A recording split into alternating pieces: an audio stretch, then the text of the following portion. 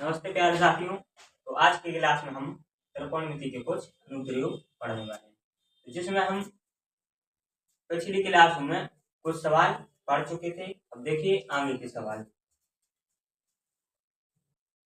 आपका पहला सवाल है, सवाल नंबर 1 है, सर्कस का एक कलाकार 20 मीटर लंबे डोर पर चढ़ रहा है जो अच्छी तरह से तनी हुई है और भूमि पर सीधे लगे खंभे के शिखर से बंधा हुआ है। यदि भूमि स्तर के साथ डोर द्वारा बनाया गया कोण 30 अंश हो तो खंभे की ऊंचाई आती है।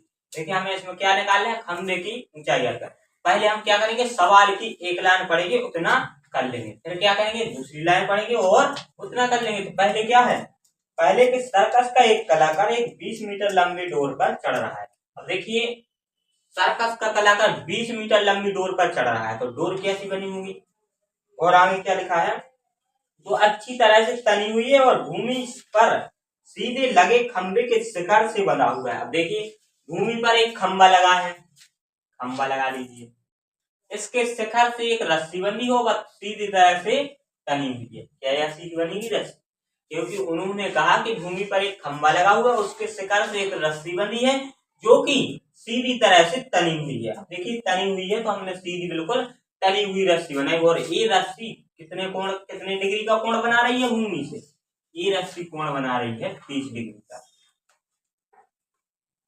तो यहाँ पर क्या आ जाएगा 30 डिग्री, क्योंकि देखिए उन्होंने कहा है कि सर्कस का एक कलाकार एक 20 मीटर लंबी डोर पर चढ़ रहा है, तो डोर की लंबाई कितनी है 20 मीटर। अब इसमें ये बताइए कि डोर कौन सी है, मतलब रस्सी इसमें कौन सी है, रस्सी है ए वाली, क्योंकि ये खंबे के शिखर से भूमि के छोर तक बनी हुई है। तो ए वाली क्या है, ये है रस्सी जो कि कितनी है 20 मीटर लंबी।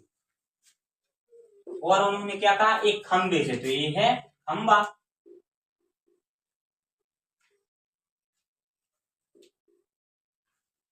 एक खंबे से बनी हुई है। अब देखिए जो अच्छी तरह से तनी हुई है और भूमि पर सीधे लगे खंबे के शिखर से बनी हुई है।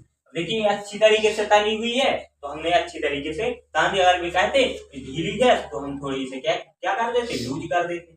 आगे क्या कहा है, यदि भूमि स्तर के साथ डोर द्वारा बनाया गया कोण 30 अंश होगा। देखिए भूमि स्तर के साथ, भूमि यहीं पर है तो डोर यहीं पर है, डोर मतलब हो तो रस्सी, रस्सी यहीं पर है तो डोर द्वारा भूमि से बनाया गया कोण कितना है 30 अंश। तो हमने यहाँ पर कितने अंश का कोण बना दिया 30 अंश।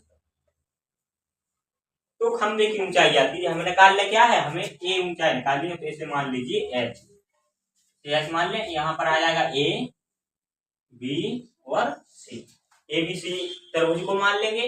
एच हमने क्या मान ली, खंबे की ऊंचाई। अब हमें निकालना क्या है, हमें निकालनी है खंबे की ऊंचाई। दी क्या है हमारे पास, दिया क्या है, दिया है रस्सी की लंबाई।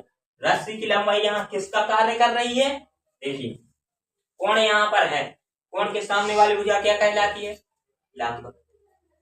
पास वाली भुजा क्या कहलाती है, आधार। और जो बड़ी वाली भुजा रहती है उसे क्या कहते हैं, कर्ण। रस्सी है जो इसमें क्या काम कर रही है, कर्ण का काम कर रही है। पहले हम लिख लेंगे कि दिया है, दिया है। हमें इसी प्रकार बोर्ड एग्जाम में करना है। देखिए हमें सबसे पहले लिखना है दिया है। अब हमें जो जो सवाल में दिया है तो हमें वो लिख देना। हमें क्या क्या दिया था, हमें दिया था 20 मीटर लंबी, क्या दी थी, तो लिख देंगे रस्सी की लंबाई, रस्सी की लंबाई। तो इसके कोष्टक में लिख दीजिए कर्ण, क्योंकि रस्सी की लंबाई किसका काम कर रही है, कर्ण का काम कर रही है। तो रस्सी की लंबाई कोष्टक में लिख दिया कर्ण, कितनी दी है 20 मीटर, 20 मीटर लिख दी। इतना समझ में आया। और हमें क्या दिया है उन्होंने, और दिया है कि 30 डिग्री का कोण बना रही है। तो हमें यहाँ पर लिखेंगे कि थीटा बराबर 30 डिग्री, या फिर लिख दीजिए। अब ये बताइए कि यहाँ पर कोण बन रहा है, यहाँ पर शिखर है, तो ये कौन सा कोण कहलाएगा, ये कहलाएगा उन्नयन कोण। कौन सा कोण कहलाएगा, क्योंकि यहाँ से जब हम देखेंगे ऊपर की ओर, तो ऊपर की ओर देखते हैं तो कौन सा कोण बनता है, उन्नयन कोण। तो यहाँ पर लिख दीजिए कि उन्नयन कोण,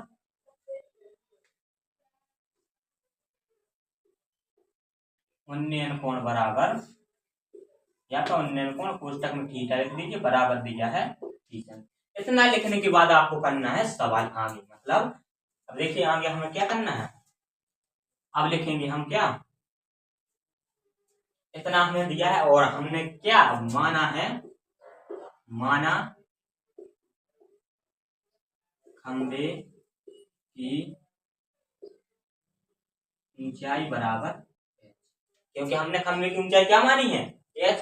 तो जो हमें दिया है हमें सबसे पहले क्या लिखना है, जो सवाल में दिया है वो लिख लीजिए, जो हमने माना है वो लिख लीजिए। तो हमने सवाल में दिया था रस्सी की लंबाई, उन्होंने कोण दिया था और हमने माना क्या है, तो माना खंबे की ऊंचाई है h। इतना करने के बाद अब आपको करना है सवाल का हल। तो सवाल अब क्या है, अब देखिए हमें निकालना है ये, मतलब लंब दिया है कर्ण। अब बताइए लंब और कर्ण कौन से सवाल कौन से सूत्र में आता है, लंब और कर्ण कौन से सूत्र में आता है। देखिए एक सूत्र याद करने की तरफ होती है लाल बटे अक्का।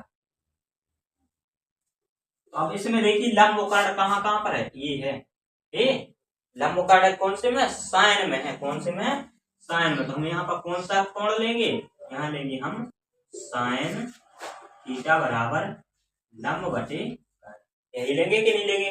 अब लंब क्या है, लंब है ए बी, ए बी लिख लेंगे।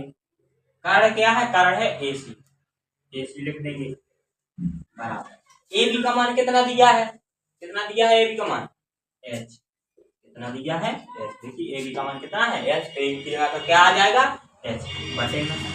ए सी का मान कितना दिया है, कितना दिया है 20, बटे में लिख दीजिए 20, मतलब साइन थीटा बराबर आ गया एच बटे 20। और थीटा का मान कितना है 30 अंश, तो क्या लिख देंगे साइन 30 अंश बराबर एच बटे 20।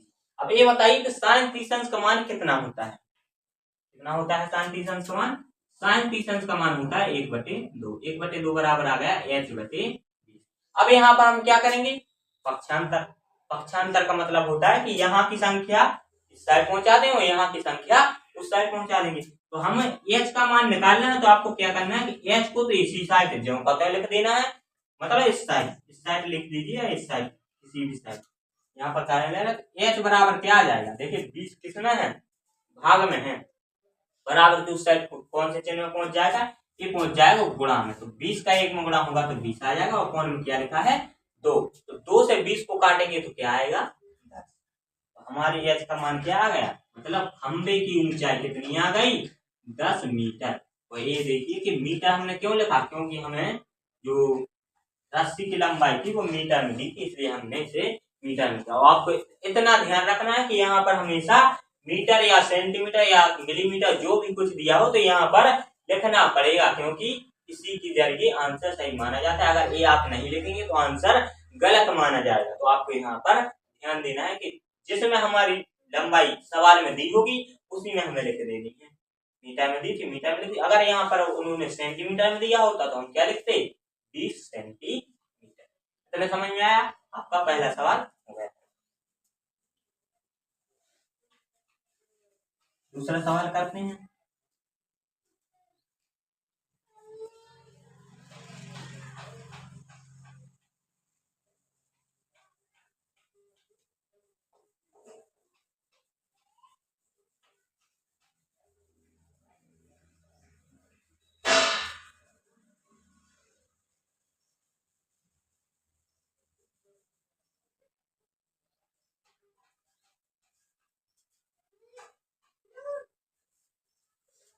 आपका दूसरा सवाल है, एक मीनार की ऊंचाई 20 मीटर है, जमीन पर बनने वाली इसकी छाया की लंबाई 20√3 है, तो सूर्य का उन्नयन कोण बताइए। देखिए उन्होंने कहा है कि एक मीनार की ऊंचाई 20 मीटर है। पहले हम क्या बनाएंगे, एक मीनार बनाएंगे या नहीं बनाएंगे एक मीनार। उन्होंने कहा एक मीनार की ऊंचाई 20 मीटर है, इसकी ऊंचाई क्या है 20 मीटर, 20 मीटर लिख देंगे। उन्होंने कहा जमीन पर बनने वाली इसकी छाया की लंबाई 20√3 है। ये बताइए कि जमीन पर छाया कैसे में बनती है, इस प्रकार बनती है छाया। तो हमने इसे क्या मान लिया, ये है छाया, और कितनी है इसकी लंबाई, इसकी लंबाई है 20√3। अब हमें निकालना क्या है, हमें निकालना है सूर्य का उन्नयन कोण ज्ञात कीजिए। अब देखिए उन्नयन कोण बनाने के लिए हमें इन दोनों को मिलाना पड़ेगा। यहाँ पर कितने डिग्री का कोण होगा 90 डिग्री, ये हो जाएगा ए बी और सी। अब ये बताइए कि हमें ए कोण निकालना है, मतलब यहाँ पर होगा थीटा। थीटा निकालना है। थीटा के अनुसार ये वाली भुजा क्या कहलाएगी? लंब कहलाएगी। ये वाली भुजा क्या कहलाएगी? ये वाली भुजा कहलाएगी आधार। अब लंब और आधार कौन से सूत्र में होता है? ये होता है tan में होता है। तो आपको पहले लिखना है कि दिया है, क्या क्या दिया था हमें दी थी मीनार की ऊंचाई, मीनार की ऊंचाई यानी कि लंब बराबर 20 मीटर। और क्या दिया था? छाया की लंबाई यानी कि आधार बराबर है 20√3 मीटर। है या नहीं? इतना ही है। अब देखिए हमें निकालना क्या है? निकालना है बराबर, यहाँ पर लिख लीजिए कि माना शून्य कोण बराबर थीटा, माना शून्य कोण बराबर थीटा। मेरा समझ में आया? इतना तो हमें बेसिकली करना ही है हर सवाल में। अब देखिए अब आगे क्या करेंगे। तो पहले ये बताइए कि 20 यानी कि ये है लंब, ये है आधार। तो लंब और आधार कौन से सूत्र में आता है? ये आता है tan वाले सूत्र में आता है, यानी tan का सूत्र लगा देंगे।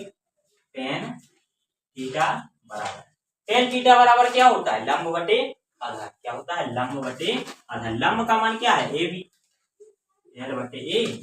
एल का मान क्या है? ए बी अपन में। ए का मान क्या है? बी सी बराबर। ए बी का मान दिया है क्या? 20 मीटर। कितना दिया है?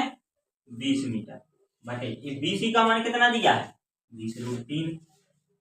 इतना हो जाएगा? हो जाएगा या नहीं? अब देखिए 20 से तो 20 कट जाएगा, बचेगा क्या? बचेगा tan थीटा बराबर 1/√3। अब हमें ये बताइए कि 1/√3 tan की टेबल में कितने डिग्री के मान पर होता है? कितने डिग्री के मान पर होता है? 30 डिग्री के मान पर। क्या आ जाएगा यहाँ पर? tan थीटा जो खत्म आ जाएगा बराबर 1/√3 होता है tan थीटा का मान। अब देखिए tan से tan कट जाएगा, थीटा थीटा बराबर क्या आ गया? थीटा बराबर आ गया 30 डिग्री। उम्मीद करता हूँ आपको ये समझ में आ रहा हो सवाल। चलिए आपका अगला सवाल देखते हैं। ये सवाल समझ में आया? डाल लीजिए, स्क्रीनशॉट ले लीजिए।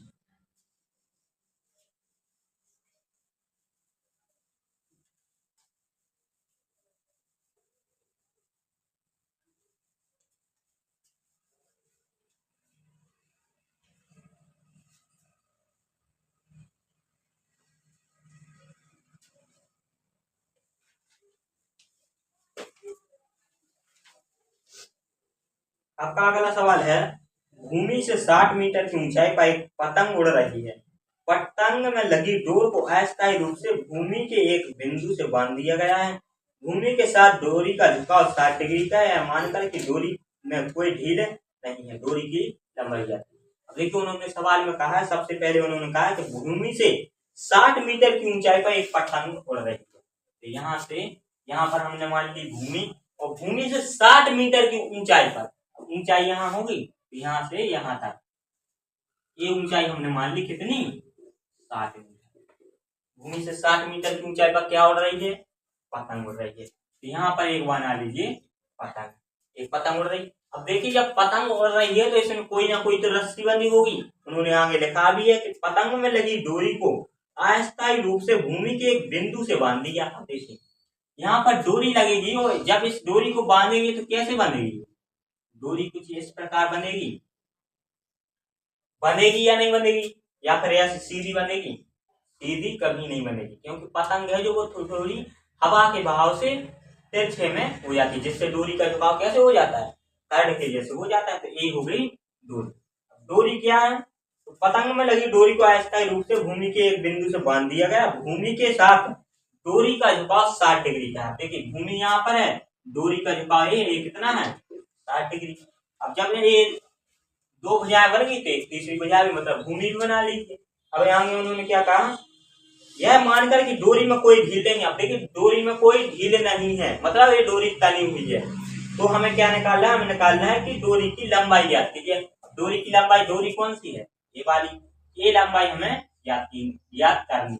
इसे मान लीजिए यहाँ पर आ जाएगा ए बी और सी। तो हमें ए सी की लंबाई ज्ञात करनी है। यहाँ पर लिखिए माना नहीं दिया है क्या क्या दिया है हमारे पास, हमें दिया है कि 60 मीटर की ऊंचाई का पतंग उड़ रही है। क्या लिखेंगे, दिया है पतंग की ऊंचाई। पतंग की ऊंचाई क्या कहलाएगी, इसके अनुसार लंब कहलाएगी। क्या कहलाएगी, यहाँ पर लिख देंगे लंब। कितना दिया है, 60 मीटर। और क्या दिया है, और दिया है हमें उन्नयन कोण। तो क्या लिखेंगे, उन्नयन कोण यानी कि थीटा बराबर दिया है 60 डिग्री। निकालना क्या है, निकाल ली है डोरी की लंबाई। डोरी की लंबाई निकाल ली है। यहाँ पर लिखेंगे माना डोरी की लंबाई बराबर AC। डोरी की लंबाई को हमने क्या मान लिया, AC मान लिया। अब देखिए अब आगे हम इतना तो हर सवाल में करना ही करना है। अब आगे बेसिक करेंगे। तो बेसिक क्या है, देखिए 60 ये क्या है, लंब। निकाल ली क्या है, कर्ण। लंब और कर्ण कौन से सूत्र में आती है, साइन में। साइन का सूत्र लगा दीजिए, साइन थीटा बराबर लंब बटे कर्ण। ये बताइए कि लंब का मान कितना दिया है, 60 मीटर। यहाँ पर कह सकते हैं कि लंब का मान ए बी है और कर्ण का मान है AC बराबर। ए बी का मान दिया है 60 बटे AC का मान नहीं दिया है, तो AC को जो कहते हैं लिख देंगे। अब ये बताइए थीटा का मान कितना है, 60 दिया है। साइन 60 डिग्री बराबर 60 बटे AC। आ जाएगा कि नहीं आएगा। अब देखिए साइन 60 अंश का मान कितना होता है, कितना होता है साइन 60 अंश का मान, √3/2। कितना होता है, √3/2। तो √3/2 बराबर क्या आ जाएगा, 60 बटे AC। अब क्या करेंगे, यहाँ पर पक्षांतर। क्या करेंगे, पक्षांतर। मतलब यहाँ से यहाँ पहुंचाएंगे, यहाँ की संख्या को वहां पहुंचाएगा। हमें मान किसका निकालना है, AC का। तो AC को बराबर में अकेले छोड़ना पड़ेगा। AC बराबर क्या आ जाएगा, देखिए AC यहाँ पर है तो यह इसको इस साइड पहुंचा दिया, और जो इस साइड है इन सबको पहले उस साइड पहुंचेंगे। तो 2 भाग में तो कहाँ पहुंच जाएगा, गुणा में। तो क्या हो जाएगा, 2 गुणा 60 बटे √3। गुणा में था तो √3 कहाँ आ जाएगा, भाग में आ जाएगा। तो 2 का गुणा 60 में होगा तो क्या होगा, 120 बटे 120 बटे √3 आ गया। 120 बटे √3। अब ये तो उत्तर होगा नहीं, या होगा तो यही लिख देना है। अगर ये उत्तर नहीं होगा तो अब इसका क्या करेंगे, इसका करेंगे हम पक्षांतर।